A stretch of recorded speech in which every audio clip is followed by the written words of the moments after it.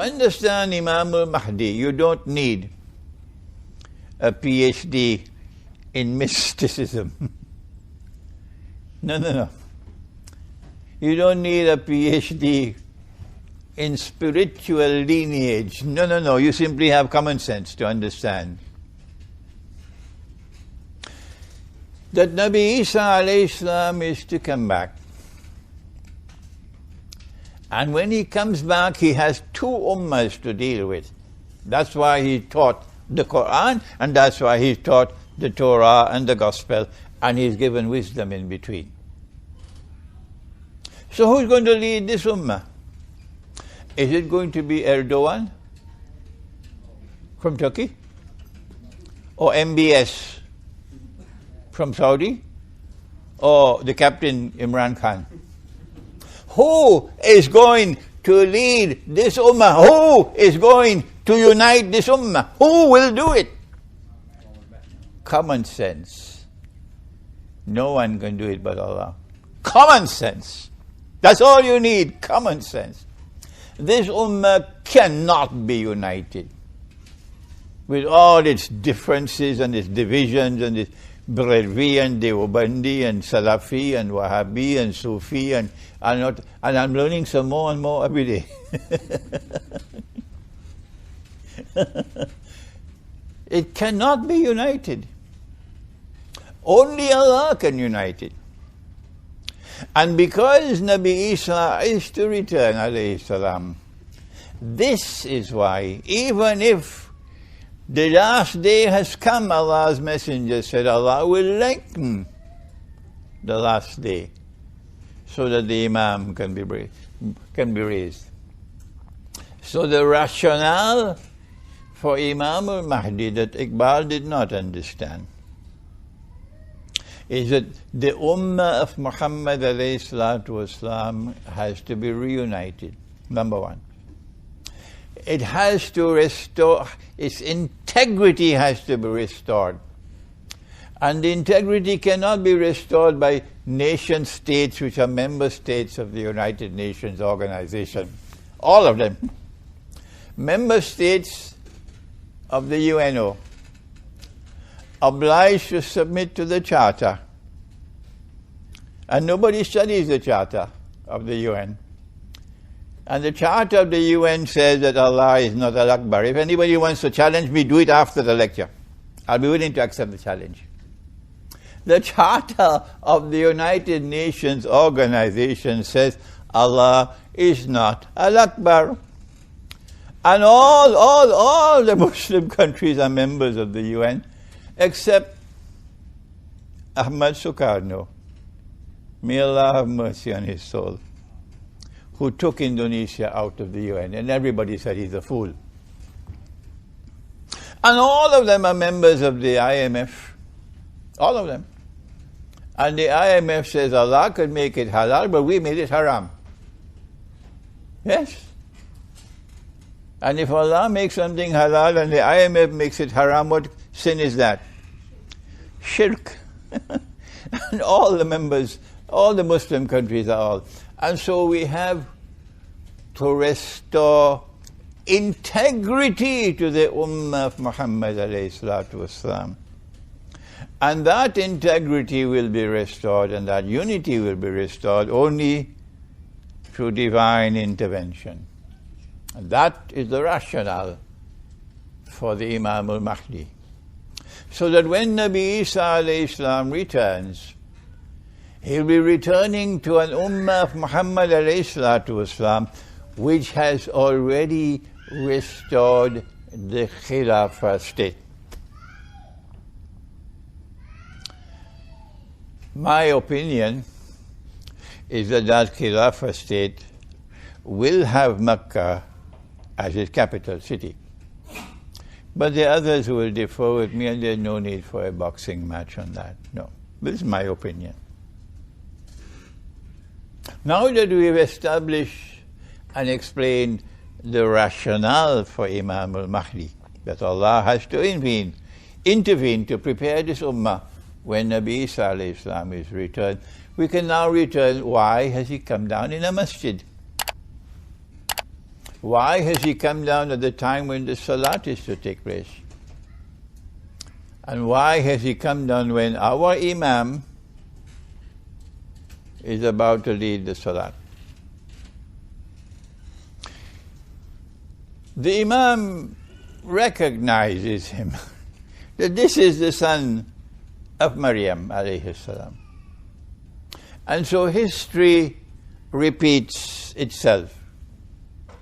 The first time he came, it was his cousin John, Nabi Yahya alayhi salam, who recognized him and said, this is the man you've been waiting for, this is the Messiah. And the next time he's to return, again history repeats itself. And Imam al-Mahdi recognizes him and says, this is the son of Mary. And so positive identification by divine wisdom. But why this masjid? The masjid in Damascus. Why? Well, there are some who hold the view that he's coming down in this masjid because the head of Nabi Yahya alayhi salam is buried there. But we have another explanation. He's coming down in this masjid because after the salat is over and he comes out of the masjid, there is a massive Israeli army, military presence surrounding the masjid. 70,000 Jews is a figure of speech for a huge armed military invasion of Syria by Israel. And it should be clear why Israel has done that. Israel, of course, is led by the Messiah himself, the one that they accept to be the Messiah. And we say, no, he is Dajjal, the false Messiah. But they are totally confident because the Messiah has come. We waited for him for so long. Thousands of years we waited for him. And now the Messiah has come and Israel is the ruling state in the world. This is Pax Judaica. And Pax Americana has ridden out into the sunset. And Israel is ruling the world. But we have one obstacle. And that obstacle is that the Ummah of Muhammad ﷺ has restored a Khilafah state, a holy state. And it is led by the Imam al-Mahdi. And we have to hunt down this Imam and we've got to kill him in order for Pax Judaica to survive. And so they have reached the Imam and he's in a masjid. And they have surrounded the masjid. And now they're waiting for the kill. And it is at that last moment that history will repeat itself. And Banu Israel, you better listen. When Musa alayhi salam had taken Banu Israel to the Red Sea, and they were cornered, Pharaoh and his army were coming after them. So they were between the devil and the dark blue sea. And no escape. Then Allah intervened. He said, take your staff and strike the water. And then the water parted. And a miracle occurred. And Banu Israel were able to pass through the water, through this black Red Sea, to safety. But when Pharaoh and his army attempted to pass, the waters came down and they all drowned.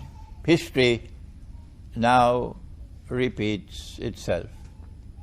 The Imam is surrounded a massive Israeli military invasion of Syria has taken place.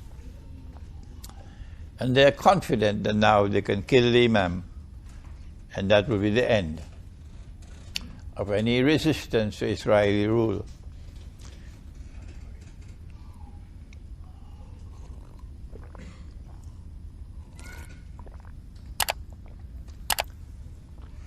It is at precisely that moment that Allah sends down Nabi Isa alayhi salam. Jesus comes down to this masjid because the imam is in the masjid and the Israeli army has surrounded the masjid and is led by the false Messiah, Dajjal. That is why he sent down in the masjid and sent down at that time. The imam, having recognized him, invites him to lead the salat. And this, of course, would be a prayer. Salat means prayer. I have to explain these terms for the Christians who will be listening to this lecture. Salat is a congregational prayer. But this prayer will be taking place in accordance with the Sharia or the law which came down in the Quran. That's why Allah had to teach him the Quran. In this Sharia, if you are Nabi, you must lead the Salat. This Sharia. The only time a Nabi is excused from leading the prayer in this Sharia is if he is too ill to pray, to lead. Then he can ask Abu Bakr Siddiq to lead. But according to this Sharia, once you are Nabi, you must lead the Salat, or the prayer. Well then, when the Imam invites him to lead the Salat, why does he decline? This audience can easily understand why.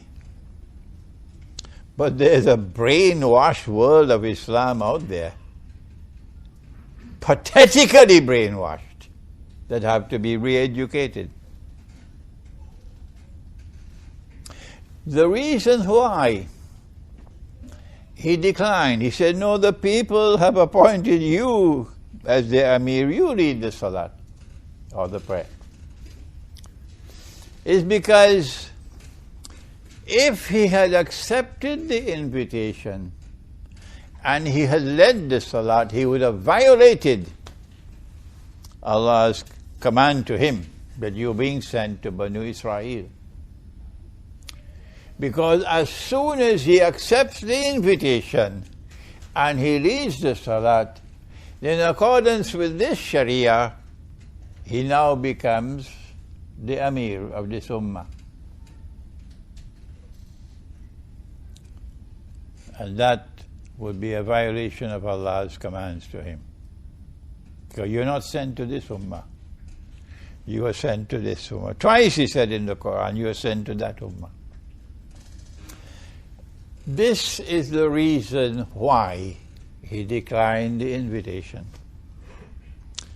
Whether Iran accepts what I say or does not makes no difference. This is the truth.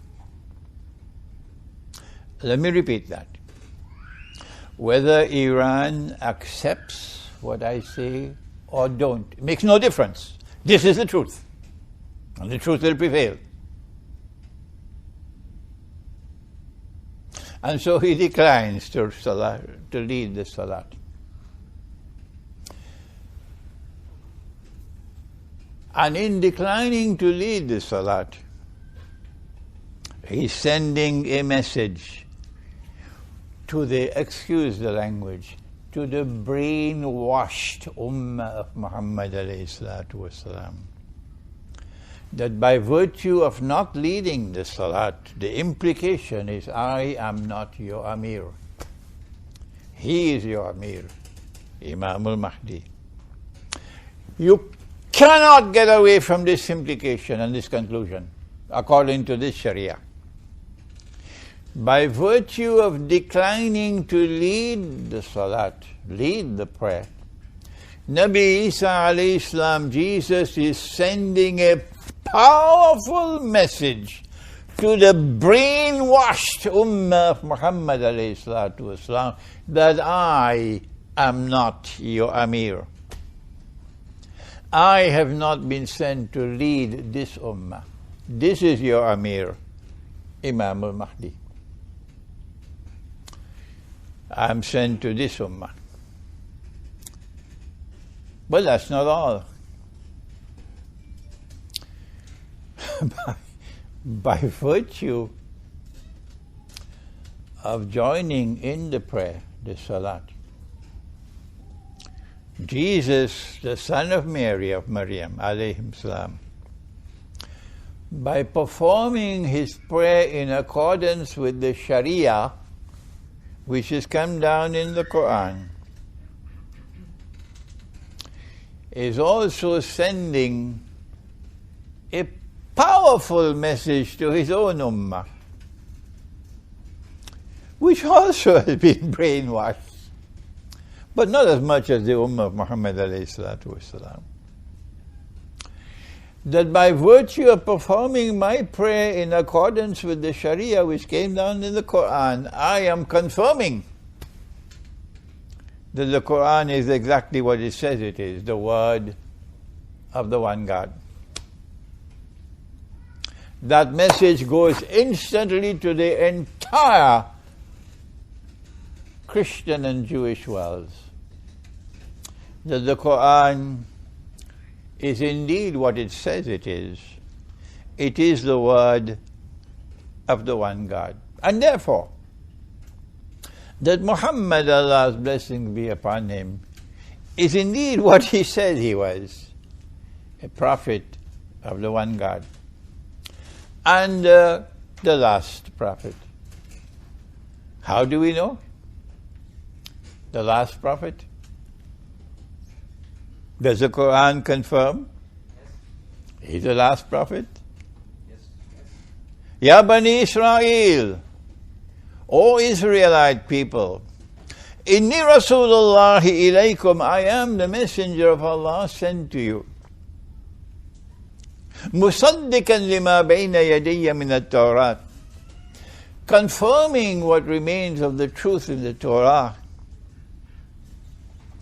وَمُبَشِّرًا بِرَسُولٍ يَأْتِي مِنْ بَعْدِ اسْمُهُ أَحْمَدٍ.